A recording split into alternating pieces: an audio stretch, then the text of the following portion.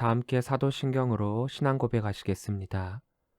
전능하사 천지를 만드신 하나님 아버지를 내가 믿사오며 그 외아들 우리 주 예수 그리스도를 믿사오니 이는 성령으로 잉태하사 동정녀 마리아에게 나시고 본디오 빌라도에게 고난을 받으사 십자가에 못 박혀 죽으시고 장사한 지 사흘 만에 죽은 자 가운데서 다시 살아나시며 하늘에 오르사 전능하신 하나님 우편에 앉아 계시다가 저리로서 산자와 죽은 자를 심판하러 오시리라.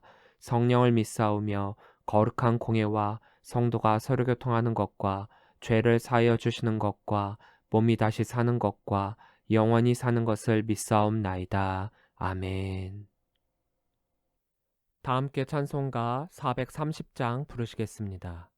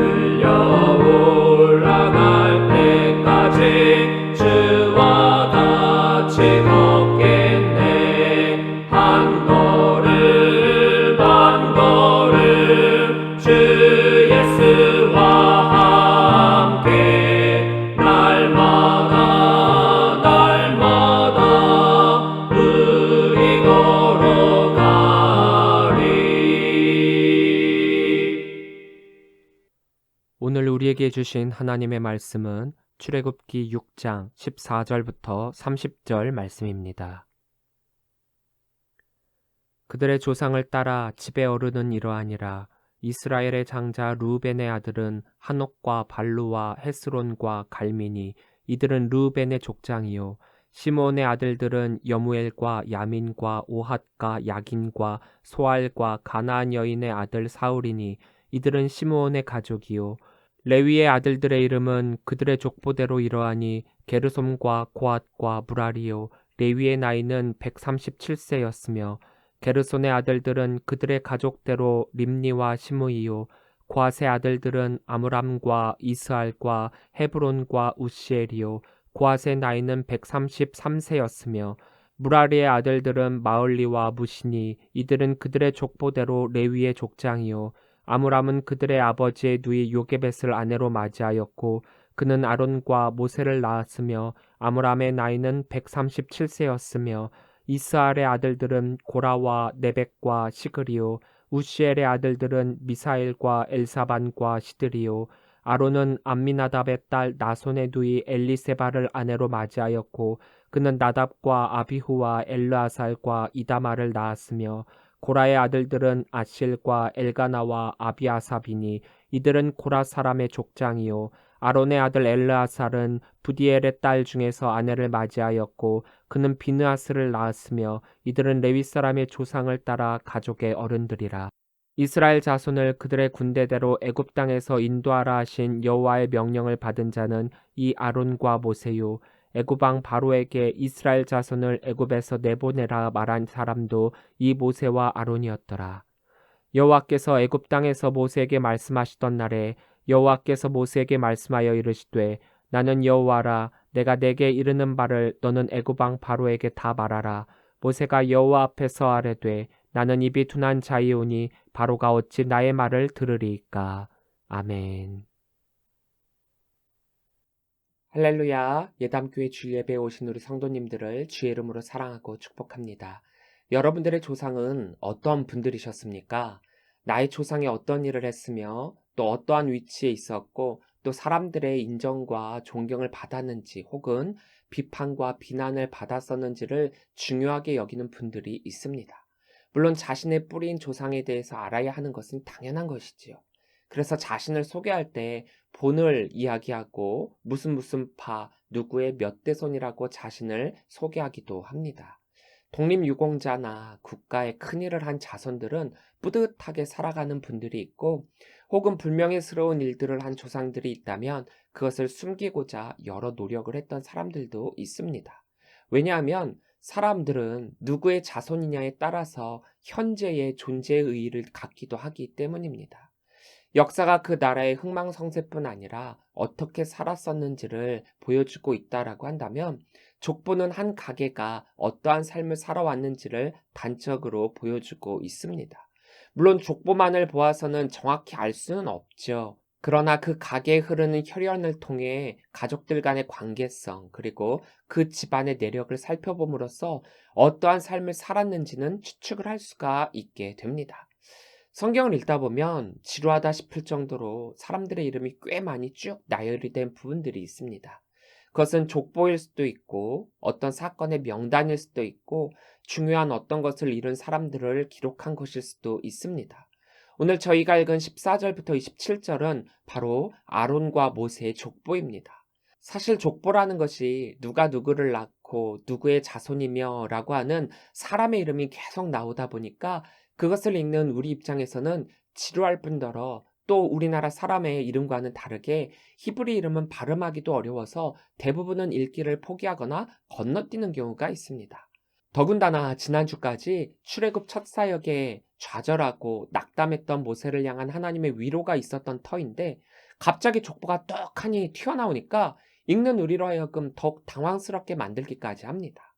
이야기 전개상 잘 안 맞는 것 같기도 하고 없어도 별로 상관이 없는 듯한 내용으로 보이기 때문입니다. 그럼에도 불구하고 족보가 나오는 이 부분이 가지는 몇 가지의 의미가 있습니다. 왜 갑자기 이 부분에서 족보가 나온 것일까? 지난주 말씀을 잠시 되새기자면 여호와 하나님의 이름은 언약의 하나님의 이름이라고 했습니다. 그 옛날 조상들과 약속하며 나는 너희 하나님이 되고 너희는 나의 백성이 되리라 했던 이 언약을 이루실 분이라고 했습니다. 지금 이스라엘 백성들의 부르짖음을 듣는 까닭도 그 옛날 조상들과 약속했었던 것을 잊지 않고 현재의 이스라엘에게 성취라는 부분으로 알려주기 위함입니다. 그리고 갑자기 튀어나온 듯한 이 족보가 말하는 의미는 그 여호와 하나님의 언약이 누구누구를 통해 어떻게 내려오고 있는지를 의미하고 있는 것입니다. 이스라엘 민족이 당하는 큰 어려움 속에서도 조상들과의 약속이 끊이지 않고 후손들에게까지 계속 이어져 내려오고 있음을 말입니다. 하나님은 이렇듯 이스라엘 조상들과의 약속을 반드시 이루시는 분이십니다. 또 하나는 모세와 아론이 레위 지파에 속한 자들이라는 것을 강조하기 위함입니다. 이는 모세와 아론이 형제라는 것의 증거이기도 하지만 모세가 아닌 아론의 등장 또한 갑자기가 아님을 보여주고 있습니다. 왜냐하면 아론이 성경에 처음 등장하는 장면을 보면 모세가 자신의 입이 둔함으로 말미암아 하나님의 사역을 감당하지 못하겠노라 했기에 그를 도와줄 동역자로서의 아론이 처음 등장을 하고 있기는 하지만 이렇게 모세와 아론이 한 가게의 족보에 나오므로 레위 지파의 자손으로서의 역할 그리고 앞으로 제사장 가문으로서의 역할을 감당하게끔 하기 위한 준비라는 사실을 우리들에게 보여주고 있습니다.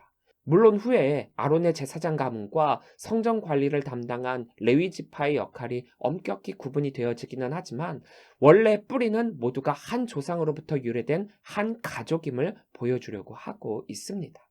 그래서 여기에 나오는 족보는 출애굽을 하는 이스라엘 전체의 족보를 보여주기보다는 대표적으로 가장 중요한 모세와 아론의 레위 지파 중심으로 소개가 되고 있고, 그것마저도 일일이 다 적은 것이 아니라 레위로부터 모세와 아론까지 이러이러하게 내려왔다라는 식의 요약적 족보로 이 사건을 보여주고 있습니다. 물론 족보 그 자체를 다 보여줄 수도 있지만 그 족보를 다 보여주는 것이 중요한 것이 아니라 모세와 아론이 야곱의 셋째 아들인 레위의 특별한 후손으로서 하나님의 부름과 쓰임을 받는 특별한 메신저임을 강조하기 위함입니다. 그래서 이 족보는 야곱의 다른 아들들과 후손들에게는 큰 관심을 보이지 않습니다. 물론 14절, 15절에서 르우벤과 시므온의 아들들이 기록되어져 있기는 하지만 이들은 셋째인 레위를 설명하기 위해 형식적으로나마 쓰인 것이고, 그 다음에 나오는 16절에서 레위의 자손에서 하나님의 쓰임을 받는 모세와 아론이 등장함으로써 하나님의 은혜의 계보는 하나님의 주권적인 선택에 의해서 나오는 것임을 볼 수가 있습니다. 장자권의 위대함을 알고 있는 우리들이라면 사실 르우벤의 자손들 중에서 이스라엘 구원 계획이라는 놀라운 사역을 감당할 이가 나와야 했을 것으로 생각되지만, 큼직큼직한 역사적 사건의 중심 인물들을 보면 또 그렇지도 않았음을 알 수가 있습니다. 14절부터 27절까지의 짧지만 굵직한 의미로서의 이 족보는 앞으로의 관심이 될 모세와 아론의 후손들, 앞으로 세워질 언약국가에서 큰 역할을 감당해야 할 제사장 가문을 중심으로 우리들에게 보여주고 있습니다. 이 족보를 보면서 제기가 되는 문제점도 있습니다. 이 족보에는 야곱이 애굽에 내려간 때부터 출애굽까지의 기간 중 오직 4대까지만이 기록되었기 때문입니다. 그리고 12장 40절부터 41절을 보면 이 기간이 430년이라고 하고 있는데, 이 기간 동안 단 4대만으로 이어질 수 있을까라고 하는 의문이 들기도 합니다. 출애굽한 이스라엘 사람의 수를 보더라도 최소한 10대에서 12대가 되어야 정상입니다. 그러나 이것이 온전한 족보가 아닌 강조를 위해 선별적으로 기록된 것이다라는 점을 염두에 둔다면 큰 문제가 되지는 않습니다. 즉, 가문에서 중요한 가장만을 언급하는 일반적인 성경 족보의 형식을 따르고 있습니다. 그리고 또 재밌는 사실은 우리가 지금까지 모세와 아론을 언급할 때 항상 모세가 앞에 나오고 아론이 뒤에 나왔었습니다.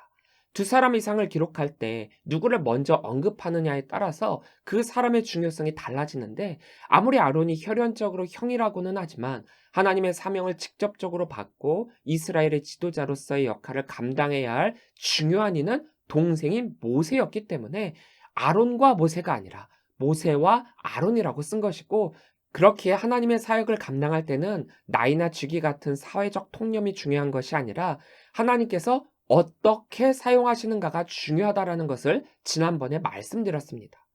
그런데 성경에서 딱 2번 아론과 모세라고 쓰여진 부분이 있습니다. 20절과 26절입니다. 20절입니다. 아므람은 그들의 아버지의 누이 요게벳을 아내로 맞이하였고 그는 아론과 모세를 낳았으며 아므람의 나이는 137세였으며. 26절입니다. 이스라엘 자손을 그들의 군대대로 애굽 땅에서 인도하라 하신 여호와의 명령을 받은 자는 이 아론과 모세요.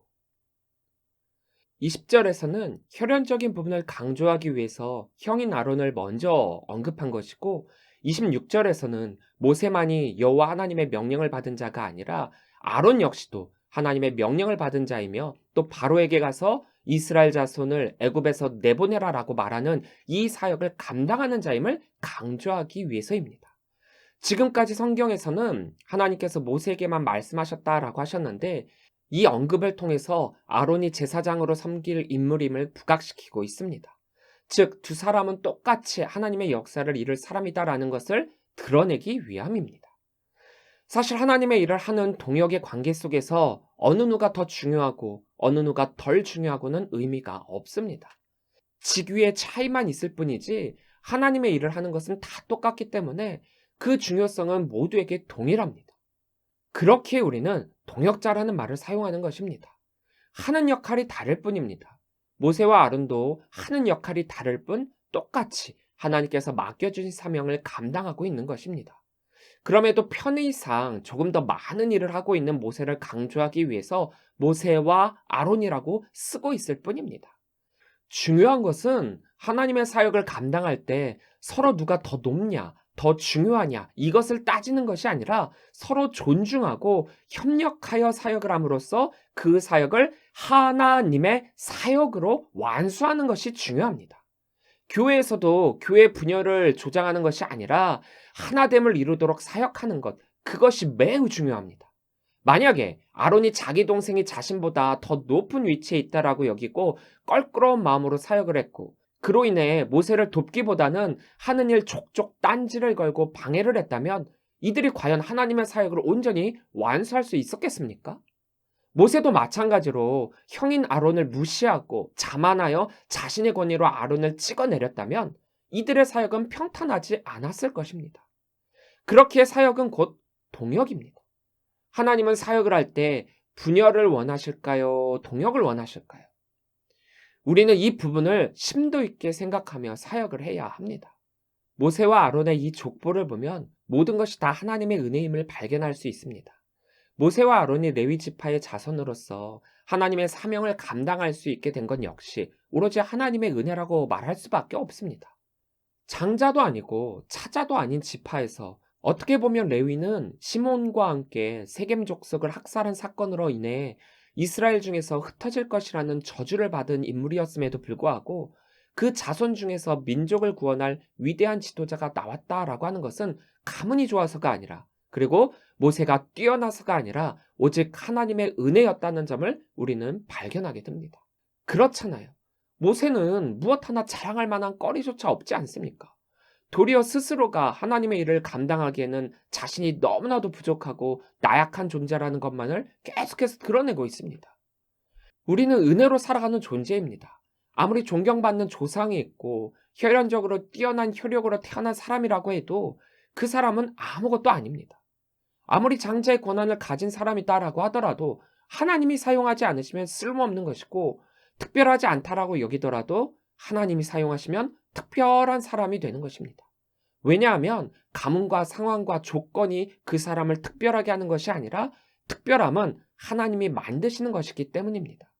그렇기 때문에 우리가 하나님의 사역을 감당할 때 사실 할 수 있는 것만으로도 감사해야 하는 것입니다. 내가 할 수 있어서 하는 것이 아니라 하나님이 할 수 있도록 만들어주시기 때문입니다. 만약에 모세가 이 부분을 잘 알고 있었다라고 한다면 초반에 이렇게 믿음 없는 모습을 보여주지 않았을 텐데 말입니다. 그런데 이 부분은 이해가 되기도 합니다. 왜냐하면 인간은 원래 나약한 존재니까요. 똑똑한 사람 참 많습니다. 능력 있는 사람도 많습니다. 재능 넘치는 사람 많습니다. 그런데 무엇보다도 하나님은 그런 사람들보다도 겸손한 사람을 쓰십니다. 우리보다 뛰어난 사람들이 얼마나 많이 있습니까? 그럼에도 하나님께서 부족한 나를 부르시고 사용해 주셨다? 이건 정말 은혜이지요. 감사할 뿐입니다. 아무리 남들보다 똑똑하고 능력이 많고 유능해도 자만하고 다른 사람을 무시하고 교만하게 하나님의 일을 한다라고 한다면 하나님은 그들의 사역을 기뻐하시지 않지만 하나님의 권위에 순종하며 그 사역을 감당하는 자를 기뻐하십니다. 바로 호람대회의 순종으로 말입니다. 14절부터 27절까지 족보가 나오면서 13절 이후 단절되었던 이야기가 이제 28절에서 다시금 이어지게 됩니다.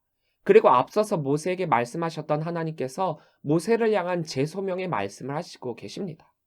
떨기나무에서 모세를 부르시고 소명을 주셨을 때처럼 다시금 모세에게 하나님의 계획하심에 대해서 말씀하고 계십니다. 참 어떻게 보면 하나님도 엄청 인내하시는 분이시라는 점을 발견하게 되죠. 하나님 앞에서의 자만과 교만은 심판을 받을 만한 것이지만 지나친 겸손 역시도 하나님의 노를 피할 수 없습니다. 지나친 겸손은 불신앙으로 이어지기 때문입니다. 이미 3장과 4장에서 모세 소명 부분에서 보았다시피 모세는 하나님의 부르심에 대해서 5가지 어려움을 이유로 거절을 했습니다. 6장에서 언급한 2가지를 추가하면 총 7가지의 이유를 들게 됩니다. 모세가 부족한 것은 이미 하나님께서도 알고 계십니다. 모르시고 모세를 사용하시겠다가 아닙니다. 알지만 그 부족함과 연약함까지도 사용하시겠다는 하나님이십니다. 앞서서 말했다시피 사실 모세가 하나님의 계획하심에 사용되어진다라는 것은 하나님의 은혜입니다. 할 수 없는 가운데 하게 되는 것입니다. 그렇기에 모세는 불신앙적 모습을 보이기보다는 도리어 감사했어야 합니다. 그럼에도 인간의 나약함이 먼저 반응을 했고 또 두려움의 트라우마가 모세를 약하게 만들었습니다.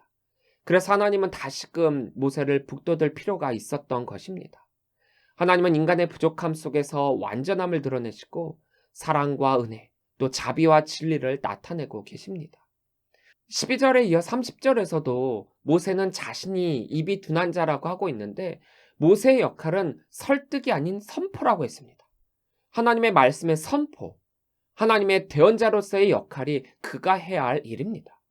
우리도 하나님의 사역을 감당할 때 하나님께서 맡기신 일을 착각하지 말고 맡겨진 그대로의 사명을 감당한다면 결코 실패함이 없습니다. 모세가 말을 잘하든 못하든 그것과 상관없이 그 일을 이루실 분은 하나님이십니다. 그것을 잊지 말아야 합니다. 하나님의 역사와 계획하심은 한시도 멈춤이 없고 계속해서 ing하고 있습니다. 진행 중입니다. 큰 어려움과 고통과 힘듦 속에서 멈춘 듯 느껴지는 하나님의 역사, 또 없는 듯 느껴지는 하나님의 존재, 그로 인해 하나님을 원망할 때가 많은 우리들입니다. 그러나 하나님은 결코 우리를 그냥 내버려 두시는 것이 아니라, 그리고 잊어버리시는 것이 아니라 약속을 지키시며 역사를 이루어 가십니다. 마지막 때를 살아가고 있는 우리들이죠. 물론 이 마지막 때라는 것조차도 우리들이 느끼기에 그렇다는 것이지 그때가 언제인지는 정확히 알 수는 없습니다. 그러나 이런 때에 우리는 더욱더 하나님의 말씀에 귀를 기울여야 합니다. 성경을 통해서 우리들에게 말씀하시는 하나님의 심판과 구원의 약속을 기억하며 이것은 반드시 이루어지는 하나님의 뜻이라는 점을 잊지 말아야 합니다. 그리고 그것을 위한 삶을 살아야 합니다. 하나님의 약속을 믿고 신실한 삶을 산다면 구원이라는 은혜의 선물을 받게 되겠지만 믿지 않는 자들은 반드시 심판을 당하게 될 것입니다. 그렇게 우리 성도들은 어려운 삶 가운데서도 낙담하지 말아야 할 것은 이스라엘의 부르짖음에 대해서 응답하시어 구원을 이루신 그 하나님의 언약이 오늘을 살아가고 있는 우리들에게까지도 동일하게 주어지는 언약이기 때문입니다.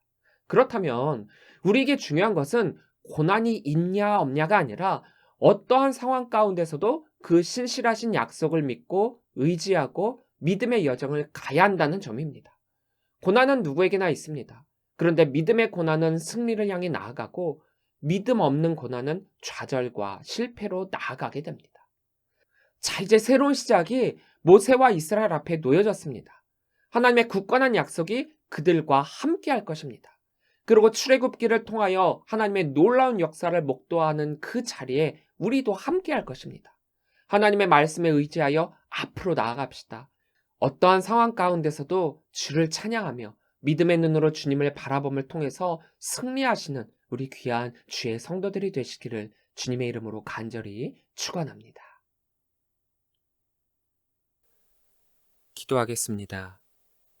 사랑의 하나님 감사합니다. 오늘도 주님의 말씀을 붙잡고 나온 주님의 성도들을 기억하여 주시사 복 내려 주옵시고 저들의 삶 가운데 동행하여 주시사 악한 영의 세력 가운데서 주님의 이름을 선포케 하여 주옵소서. 한 주간도 오늘의 말씀 붙들고 나아갑니다. 주님의 언약은 불변하며 주님의 말씀은 한 획도 남김없이 다 이루어지리라 말씀하심을 믿습니다. 주님의 선하신 뜻이 바로 우리 삶 가운데 나타나게 하여 주시고 하나님 앞에 바로 선자로서의 삶이 되게 하여 주옵소서. 주님 앞에 교만함도 잘못이요 주님 앞에 지나친 겸손도 불신앙의 잘못으로 됨을 보오니 우리가 주님께서 말씀하셨을 때 겸손함으로 순종하고 따르는 자 되게 하여 주옵소서. 이스라엘과 약속하시며 이스라엘의 하나님이 되어 주셔서 그 조상들과 약속을 이루어 주신 것처럼 오늘날 우리들에게도 그 언약의 성취를 이루어 주실 줄 믿습니다. 담대함으로 그 약속 믿고 받고 누리는 자 되게 하여 주옵소서. 주님을 믿는다라고 하면서도 믿음이 연약해지는 때입니다. 우리가 나아갈 길 다시 한번 주님을 바라보면서 찬양케 하여 주옵소서. 모세를 다시금 북돋아 주셨던 것처럼 지쳐 쓰러져 낭망하고 있는 우리 한국 기독교 모든 성도들을 북돋아 주시사 성도가 살아나고 교회가 살아나고 나라가 살아나게 하여 주옵소서. 특별히 교회 학교를 위해서 기도합니다. 교회 학교가 지금까지도 출산의 위기와 학업으로 인해 많은 어려움이 있었었지만 코로나19가 더해짐으로 인해 어린 영혼들이 주님을 만나지 못하고 영적으로 성숙해질 기회조차 잃어버려 교회 학교가 무너지고 있습니다. 저들의 영혼이 주님을 떠나지 않게 하여 주시고 교회 학교가 부흥할 수 있도록 복내려 주시옵소서. 각 가정에 병들어 아파하고 쓰러져 회복을 기다리고 있는 분들이 있습니다. 저들의 육신의 아픔을 아시는 주님, 말씀만 하옵시면 그 병이 깨끗하게 치유됨을 믿습니다. 주님의 능력으로 회복시켜 주시고 건강한 모습으로 주님 잘 섬기게 하여 주옵소서. 또한 가족 가운데 아직 주님을 만나지 못함으로 인해 눈물의 기도를 흘리는 분들이 계십니다. 눈물의 역사는 반드시 이루어지고 그들의 마음은 하나님으로 말미암아 열릴 줄 믿습니다. 온 가족이 한마음 한뜻으로 주님의 전을 찾는 날 어서속히 오게 하여 주옵시고 천국 잔치에 온 가족 함께 기쁨으로 주님을 찬양케 하여 주옵소서. 주님이 주시는 새 힘으로 한 주간 승리케 하여 주실 줄 믿습니다. 주님, 오늘도 주님의 말씀으로 힘을 얻고 돌아가오니 이 한 주간도 주님께서 역사하여 주시옵소서.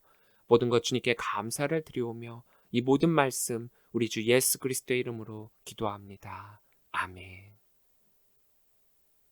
다 함께 결단 찬양, 모든 상황 속에서 함께 찬양하시겠습니다. 모든 상황 속에서 주를 찬양할지라.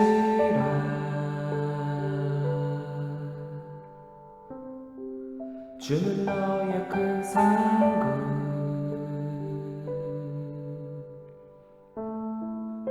큰 도움이시라.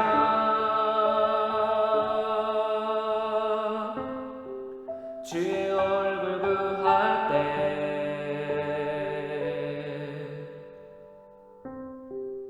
주의 영을 부으사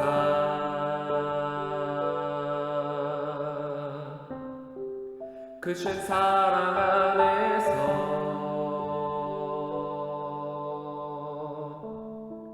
주를 보게 하소서.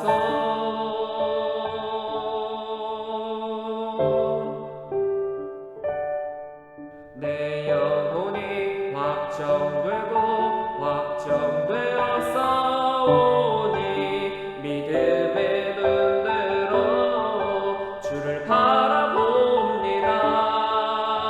내 영혼이 확정되고 확정되어 싸우니 믿음의 눈으로 주를 바라봅니다.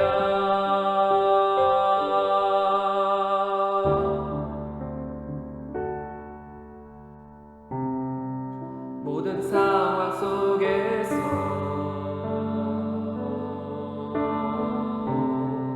주를 찬양할지라.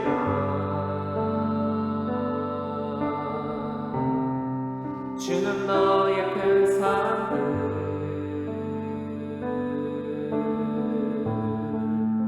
큰 도움이시라.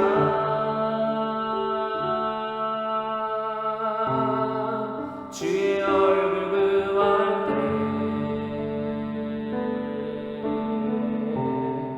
주의 영을 부으사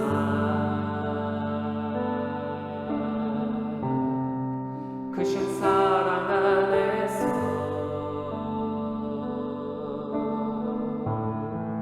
주를 보게 하소서.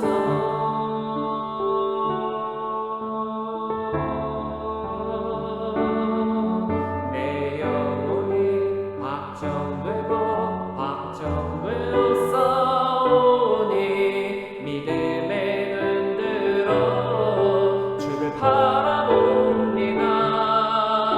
내 영혼이 확정되고 확정되어 싸우니 믿음의 눈으로 주를 바라봅니다.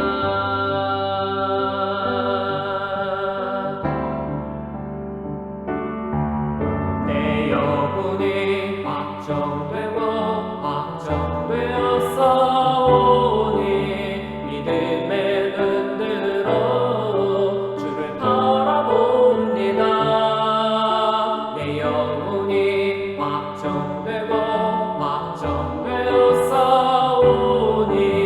믿음의 눈으로 주를 바라봅니다.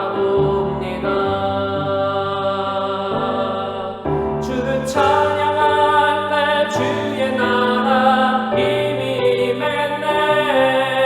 주의 영원한 나라 보게 하소서.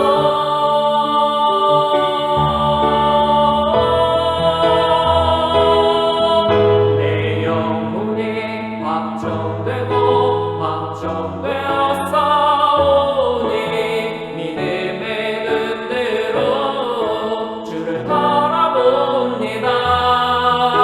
내 영혼이 확정되고 확정되어 싸우니 믿음의 눈으로 주를 바라봅니다.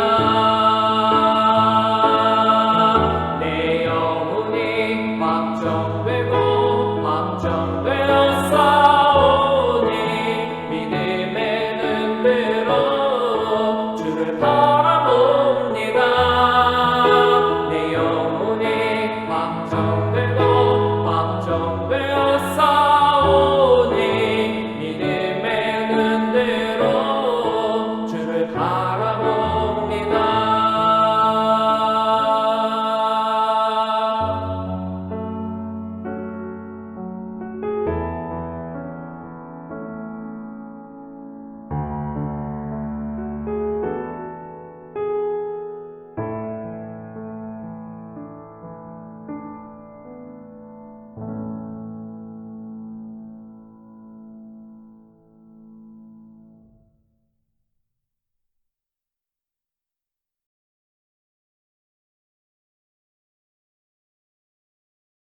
이제는 우리 주 예수 그리스도의 은혜와 무한하신 아버지 하나님의 그 크신 사랑하심과 성령님의 감화감동, 역사, 교통하심이 하나님의 은혜로 살아갈 수밖에 없는 우리 존재들을 인정하며 주님만을 바라보고 어떠한 상황 가운데서도 주를 찬양하기로 결단하는 우리 모든 성도들 머리머리 위에 지금으로부터 영원토록 함께 하시기를 간절히 축원하옵나이다. 아멘.